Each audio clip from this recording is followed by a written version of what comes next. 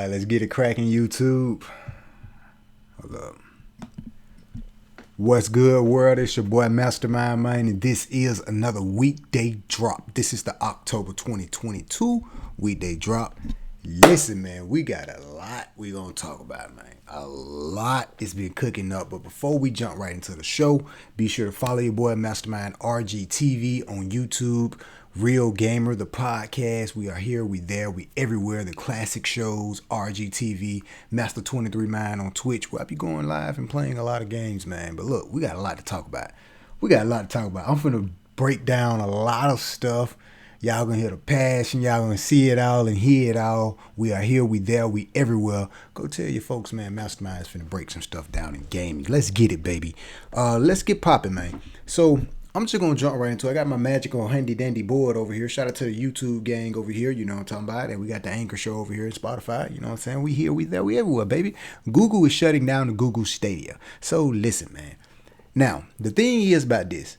Google shutting down the whole Google Stadia situation. Man, I told y'all before, man, the big juggernauts in the room is Xbox, PlayStation, and of course Nintendo. But see, what I feel like, even though they're shutting it down, I still feel like Google can come in and say, hey, Nintendo, y'all got issues with your network, right? Y'all still trying to improve on network and everything else. We specialize in cloud. We own a lot of cloud service. You know what I'm saying? Hey, Google, and I can see Google and Nintendo partnering up in, you know what I'm saying, years to come to Nintendo to come out with their next console. Also operating, you know, doing business with Google to help them on the network and the cloud gaming. Because I'm telling y'all, cloud gaming is everything. That's the key factor. Just because Google are shutting down their Stadia, the Stadia whole situation, it was a cloud, you know, cloud gaming console at the same time. But that doesn't mean all cloud gaming is loom doom gone. No, Xbox Game Pass is very successful, which is also still one of the juggernauts in the room. Now, I still feel like there's an opportunity for Google and Nintendo to kind of work together. Google can benefit from, hey, we're back in gaming, but we're not technically this time, but we're kind of helping Nintendo out on network and, you know, cloud services that'll benefit Nintendo because their next console, I guarantee you, is gonna have to be focused something about cloud. It's gonna have to be about cloud gaming. Cloud gaming is gonna be the first forefront, one of those first forefront things I say Nintendo need to come with. You know what I'm saying? Continue to be innovative, but with the innovative ideal of cloud gaming with better network services. Yo, that's one of the things to kind of keep in mind, and I feel like Google and Nintendo be a perfect relationship for that. So I ain't too much tripping over Google shutting down its Stadia services or whatnot. I didn't think Stadia, you know, was going to really survive because, like I said, three juggernauts in the room: Xbox, PlayStation, and Nintendo, of course. Moving on, talking about something else real fast. Not too much of it, man, but this Intel new GPU is pretty cheap price, $289. So peep gang, check this out. So y'all know we in this big global economy, chip shortage and everything. AMD is still dominating the market. Intel is kind of, you know, lagging up behind, but now they got this whole new GPU that's coming out with affordable price. And yo, check out the previous podcast episodes because I was talking about I be bringing out so much stuff, man. I get just on the road sometimes. But I was talking about, there was something in the news about Intel doing, well, first of all, Intel is opening up, remember that investment that they got from the government that Intel be opening up a business or another chip building or whatever in some other state. So that's key. And Intel will be working with something with cryptocurrency. I talked about it on previous episodes of the podcast before. Hit rewind. But for the GPU to come and play a part in this and for a cheap price, that's like, you know, okay, don't fall asleep on Intel just yet. That may be a pivoting point for Intel to kind of get back in the race. Now, I'm not saying they're going to, you know, just totally dominate the GPU market, but they're trying to pick it back up. And they're also into quantum computer. So that's something else to kind of do your homework and research on too. What is Intel doing on a quantum physics and a quantum computer situation? What they're doing over there, how this the benchmarks. I can't wait to see. I got to take a look at the benchmarks or whatever with the GPU. So that's something to kind of look into. But kind of keep an eye and remembering on that, because that's gonna play a big role in gaming. For the mere fact that, I mean, yo, it's cheap price for a GPU. Hey, remember I told you, in this whole global economics with the chips manufacturers and whatnot, it's hard to get your hands on a lot of stuff. That can be key. And now we got cloud consoles, being key for us. Like we got Logitech. Logitech just dropped this whole Steam Deck competitor. You feel what I'm saying? They got a whole cloud wireless console. You dig what I'm saying? We got the Steam Deck itself, wireless console, cloud gaming, technically type deal.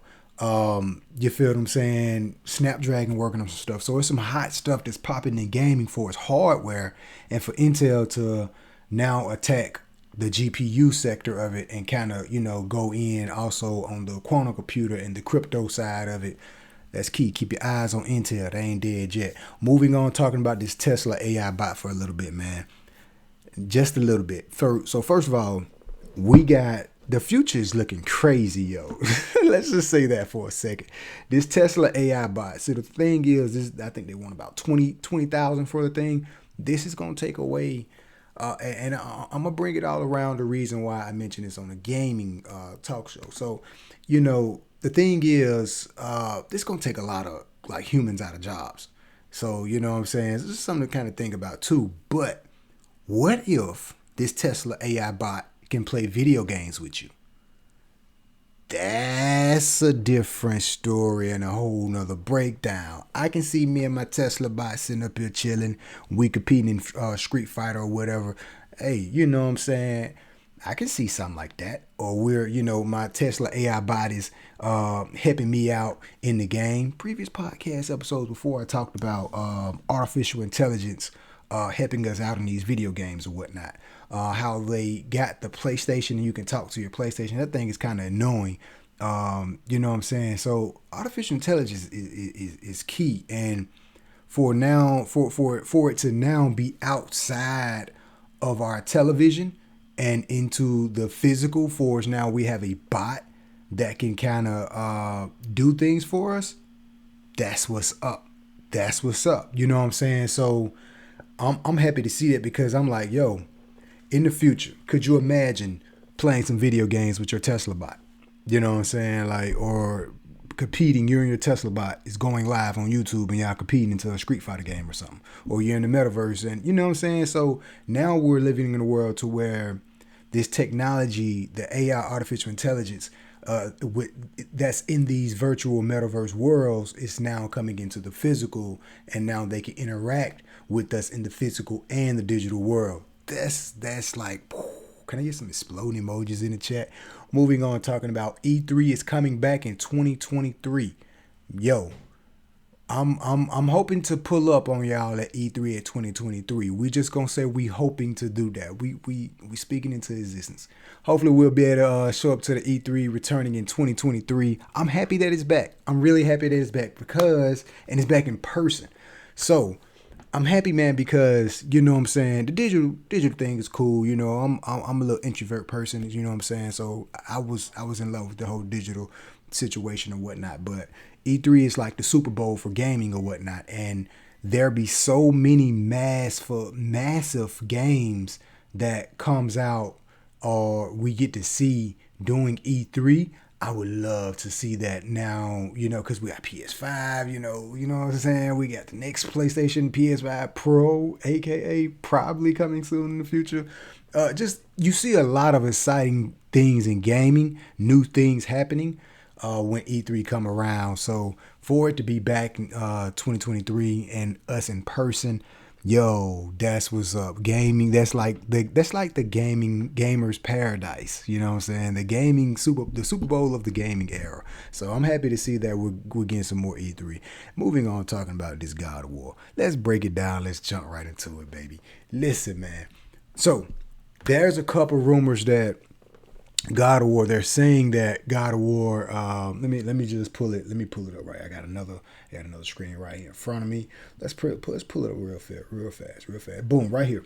So they're talking about God of War, basically, 40 hours of gameplay, or 40 hours. That's how long the game is. So they're breaking it down This is just estimates. We don't really know if it's true, but a lot of sources are saying this is true.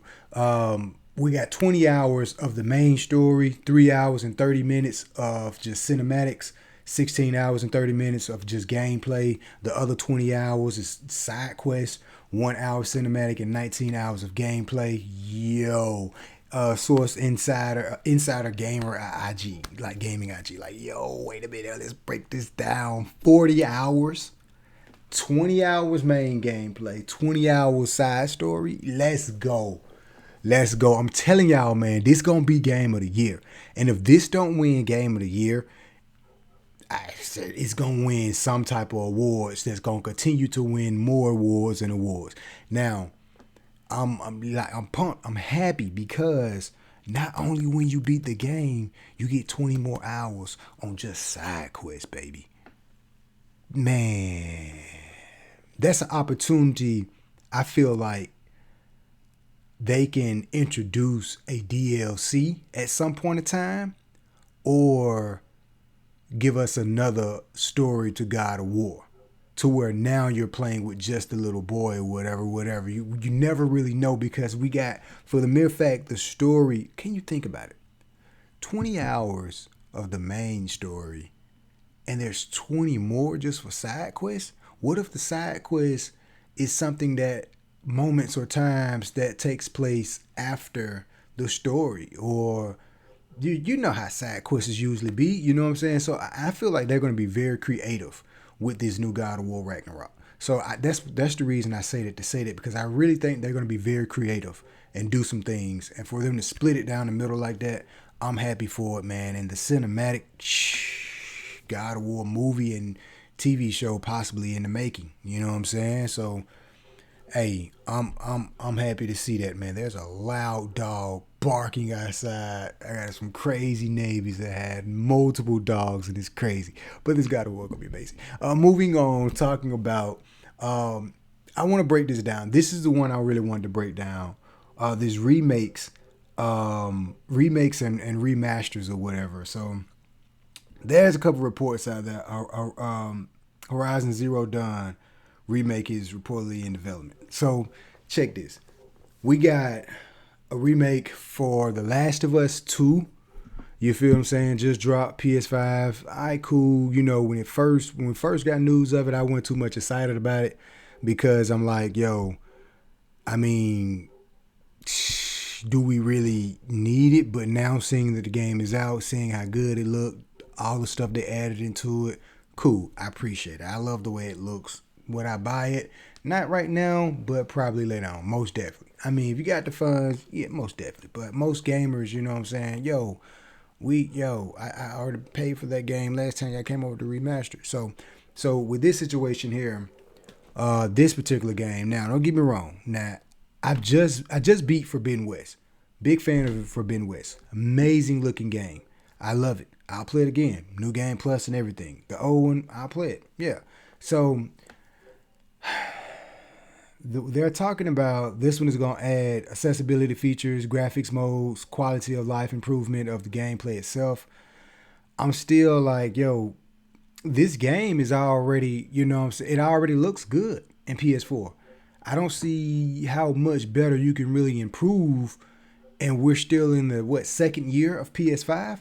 If you're going to remake or remaster this game, drop it maybe like at the fourth year in PS5 or whatever. I mean, but I will say, because I see the entire end of it, of the whole spectrum of it all. Shout out to the brother Hip Hop Gamer too, because he have said in previous, things before, saying that, hey, this is gonna be the generation of remasters and remakes. We're gonna see a lot of remasters and remakes and whatnot. You know what I'm saying? So shout out to the brother for that, man. But man, this particular game, I'm like, yo, I understand, because now we're getting a lot of these games ported to PC.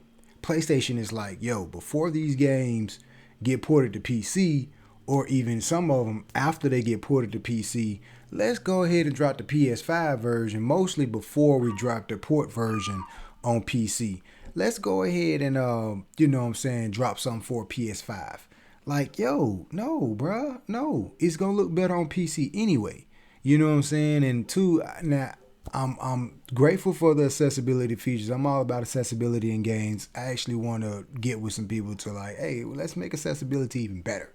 You know what I'm saying? So I like when they add accessibility features and all this stuff to the game. But a lot of this stuff they're adding to these remasters or remakes or whatever, they can just do this, just send it through a download. Don't have people repay $70 or whatever just for the game. Now, kid you not, I know the game is probably gonna look gorgeous. Will it look better than Forbidden West? Probably not. Probably not. If it do, I don't really see. So if they doing this, I don't mind them doing this because it still keeps the eyes on PlayStation and it lets you know, yo, the power that's in this PS5, the game's gonna look gorgeous. It's gonna make your old games look gorgeous. And you know what I'm saying? It's kind of like double figure, like, you know, I don't blame them, you know what I'm saying? Because a lot of these games was classics already on the PS4. They went platinum, they did great numbers, amazing numbers. Why not retell these amazing stories with better graphics? I get it, you know what I'm saying? But do this the third or the fourth year of the PS5 lifespan, not the second year. Maybe 2024, you know what I'm saying? Because by then, at least you'll have time to say, hey, we're going to port the first version remake or whatever for PS5, and we're going to also introduce maybe a Forbidden West DLC that's going to look even better. New story mode or whatever. Or the next part, the next chapter of this game, because no spoilers and anything, but I've just beat Forbidden West this weekend, and there's going to be another Forbidden West. There's going to be another. We're going to get another Zero Dawn or whatever. You know, we're going to get another one. So with that being said, I feel like these remakes or remasters for the gamers, of course, I know everything's business, but I'm just speaking from taking the business out and speaking from a more gamer's perspective. Like, yo, for the gamers, just give us send that through a download, bro. Don't have us paying $70 for just these little things you add on. Like, I know the graphics gonna look good, the quality of life improvement of the gameplay, cool, but it still could have been done through a download. Accessibility features, hats off to you, but still could have been done through a download. Added modes. I heard they was talking about something like maybe a multiplayer mode. Cool, still could have been done by download. You feel what I'm saying? So not really worth. Is it? The question is, at the end of the day, this is gonna be a highly debate. So I'm ready to have the conversation because I see both sides. You know what I'm saying? So I'm not necessarily really debating, but at the same time, is it really worth $69, $70? That's the big question at the end of the day.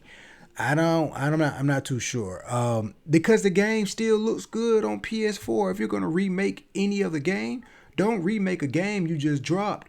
I mean, shoot, when they dropped this? 2016 maybe?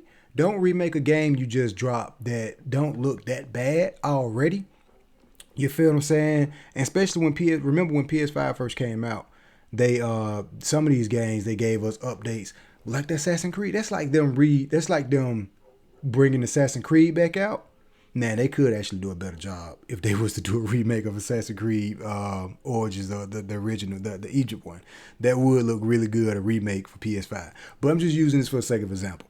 Like they gave us an update for the 60 frames per second situation. They can do the same thing if they just send it out like a download patch or something. You know what I'm saying? So I don't know, man. I don't know about paying. It's so many other great games that they can be remastering or remaking other than just a great game like Zero Dawn. It is a great game, but it's other games. We got Killzone, Twisted Metal, Splinter Cell. Hey, speaking of Splinter Cell may be dropping something new too. But we got Metal Gear Solid, rumors of the Tokyo Game Show. What happened? So it's a couple things that, I disagree with this one, but I'm pretty sure when I see the when I see the trailer or whatever, I'm pretty sure it's gonna probably be good, man. So I ain't tripping, man. But at the same time, it's like, nah, I skip. Moving on, talking about this PS5 jailbreak. Yo, listen, man. Listen, let's talk about it for a little bit, man. Let's talk about it, man. Let's talk about it. This PS5 jailbreak situation. So I'm happy to see it. People start downloading PT. Oh boy, we need that game made. That is an amazing game, and I guarantee you the graphics is probably buku on the PS5. Those graphics look amazing on the PS4. We need that game back. We need, hey, yo, Hideo Kojima, Silent Hill, whatever y'all gonna do, bro. Go ahead and make this game happen, man. We need this, man. And I can see that. I bet this game looks amazing on the PS5. I'm all for, jailbreaking things, but I don't want to mess up anything with the network because I love to see when we're able to use the power, tap into the power that's in the box and play these classic games. PT is not really a classic game, but it's one of the best demo trailer games that goes down as a classic. So definitely one of those ones. And all of the mods we seen that PC was doing with PT and all that. Yo, now we got a jailbreak of PS5. Let's get it, baby. Let's play some of these old games. Let's tap into the power of the PS5 and play some of these games and make them look better.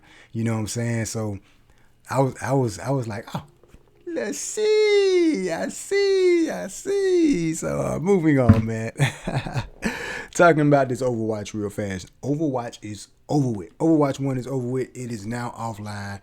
That was very sad. I seen a little thing. Apparently, some people in the lobby, they were just they was like, yo, they're shutting us down. Like, yo, and then you could see people talking in the chat, whatever, and they was just slowly ghosting out the room, and they was like, it's over with. Like, oh man, I hate to see that, man, because Overwatch was a great competitive game, and you know what I'm saying, people still play that. It was a lot of people that still play that game, and anytime a game servers get shut down and people not able to play online anymore, I hate to see that, man.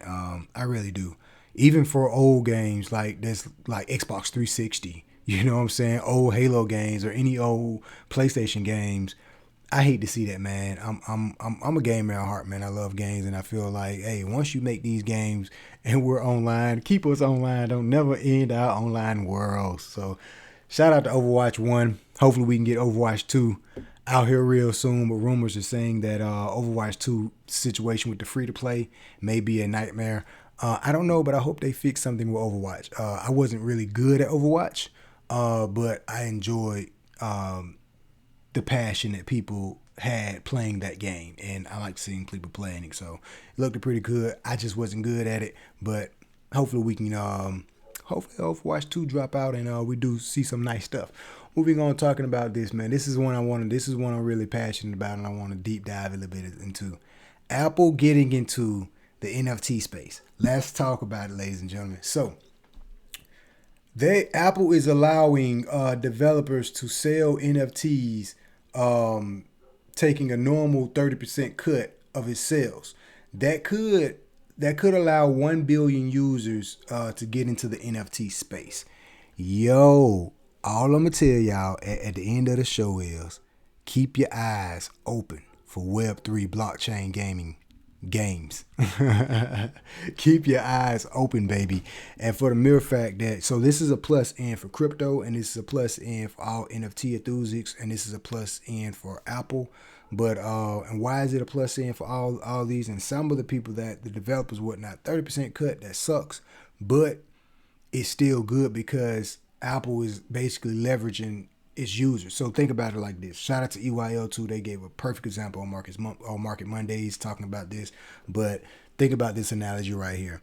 You got 1 billion users, 1 billion Apple users. Has a Solana, Ethereum wallet or whatever with tied to these gains or whatever. Now you're introducing 1 billion users to the crypto space. Access to the crypto Web3 gaming space at that. It's just not just the crypto space, the gaming space. These developers are allowed to sell NFTs in their games, providing it to these 1 billion users. So for the mere fact Apple is getting into the crypto space, I say all that to say crypto, blockchain, Web3, this stuff is not going anywhere. I'm sorry, y'all. For all the haters out there, it's not going anywhere. Web3 games, yo, shout out to Gunfire. Amazing game. There was one game. Hey, follow me on Twitter. That's 23 Mine. There was one game I tweeted about. I can't think of the name right off topic. There was one game I tweeted about. They just dropped the trailer today. It's a Web3 game,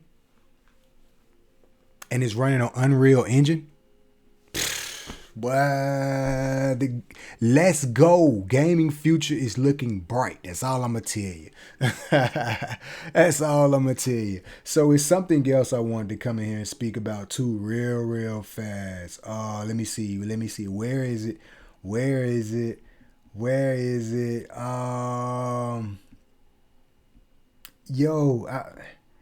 Well, I'm gonna find it. There was something here I wanted to break down. But yo, man, I'm excited, man. I'm excited. I think it was about the Web3 situation. So I think that's about it. So this whole Web3 situation and blockchain gaming. Sometimes I get my words all twisted and tied because I'd be so excited to talk about it. But this situation is gonna be beautiful when the fact that, you know what I'm saying, games like Grand Theft Auto, Sims, these big games get involved. That's when it's gonna get really like, whoa, these kids or these gamers are making so much money. Or they have some of the coolest assets and they could potentially make a lot of money. So when it gets to that point, yo, it's gonna be a great evening in gaming. And I say that to say because esports is getting even much bigger now. When esports crossing over to honestly, it's not even about esports. It's just when the games cross over to it, esports will follow. So yo, this it's not a dream, it's real. That's all I'm gonna say about that one, man. But keep your eyes open for blockchain games because there's some amazing blockchain games out there. And I speak about Web3 a lot, man, because that's going to change everything, yo. It's going to change everything. And Gamify, yo, shout out to the whole blockchain community, Web3 community, Web3 gaming community. Shout out to the fans, man. Shout out to the world, man. You know, it's gonna be exciting things. Yo, that's what there go. The Last of Us. Let's talk about it real fast, yo. So this Last of Us, I seen it on HBO. The trailer or whatever. Anchor's kicking me out of here. No worries. We'll just hit record again. So I seen the trailer of The Last of Us coming on HBO. And it looks good. It looks good. A lot of those scenes I seen was like, yo, they did a good job at, redoing that because that was a scene that was in the game. Like, oh, okay. So that takes me back to the whole remaster and remake point. I like how I'm going to bring all this around. That takes me back to the whole remaster and remake situation.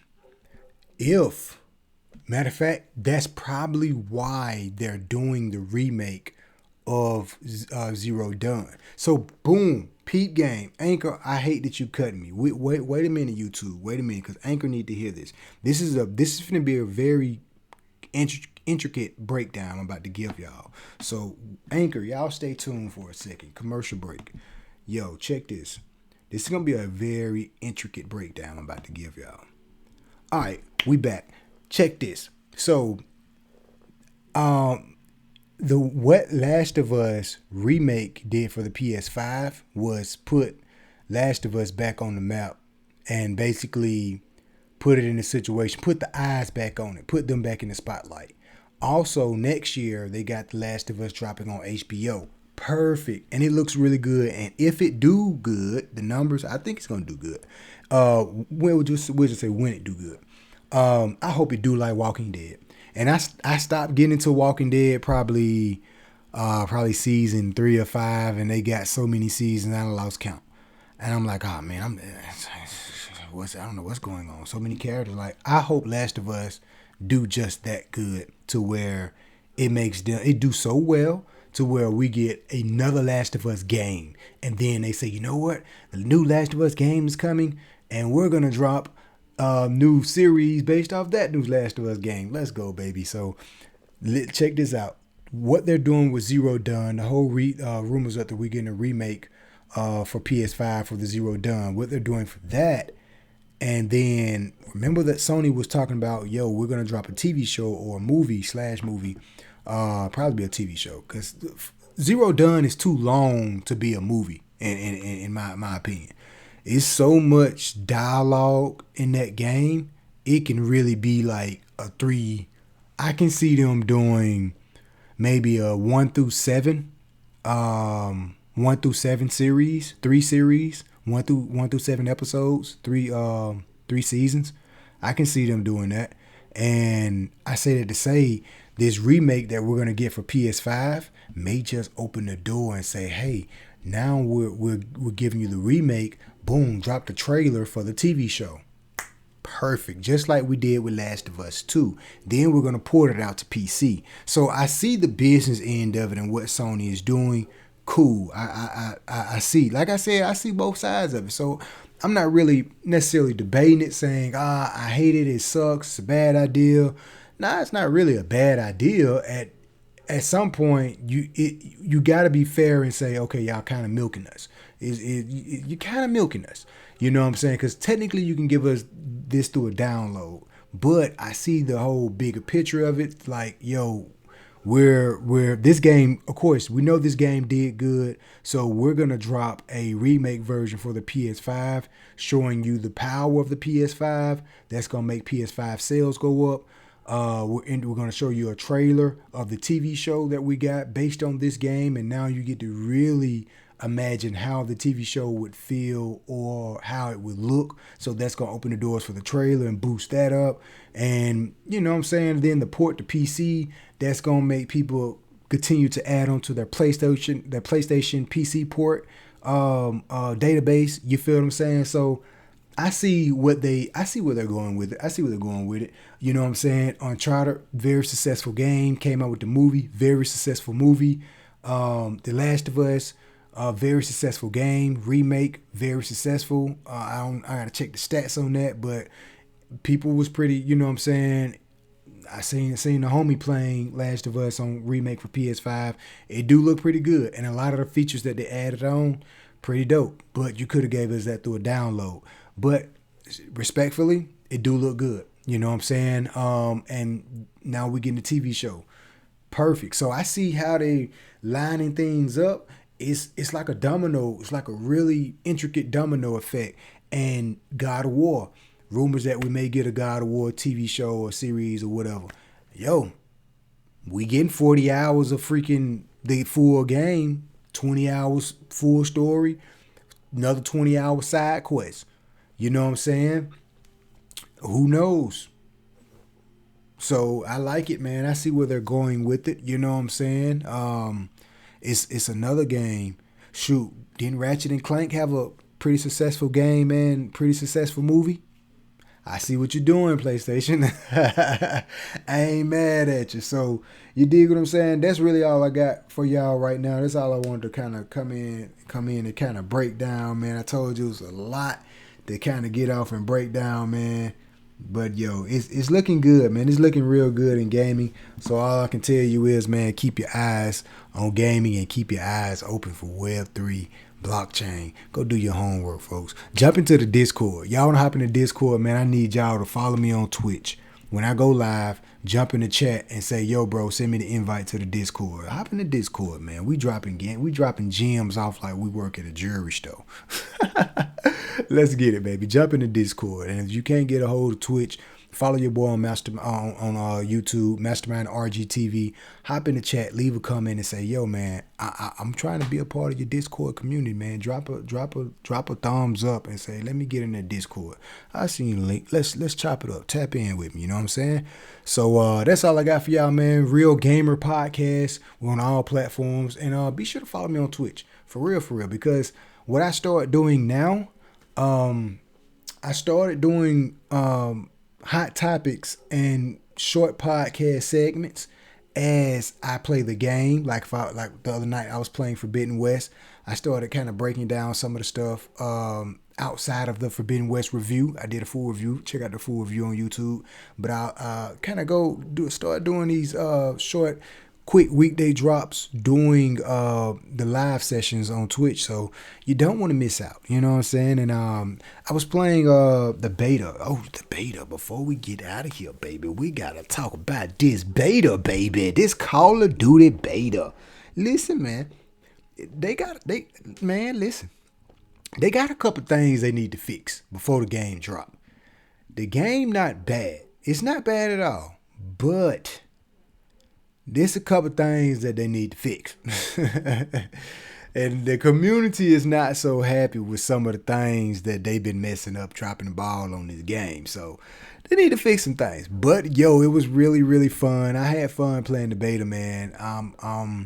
That's one of them games where you really have to squad up. So, hey, all the squads, Prodigy, shout out to the team, shout out to the home team, Prodigy, we got to get a squad together. We got to squad up, man. And that's one of them games, a good 6v6. Yo, I can really see some good matches going. And I can't wait to see when the game drop. I want to see the campaign. I'm still excited about the game. I can't wait to see the campaign.